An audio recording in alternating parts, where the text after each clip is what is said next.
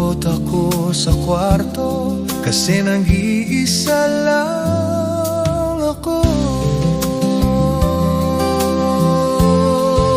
Pag-ibig sa malayo, malayo nang narating ko. Umaasa lang ako sa babaeng hindi alam ako nandito. Matamis na sakit ang puso labigo. Ikaw na mananatili magpakailanman sa puso ko.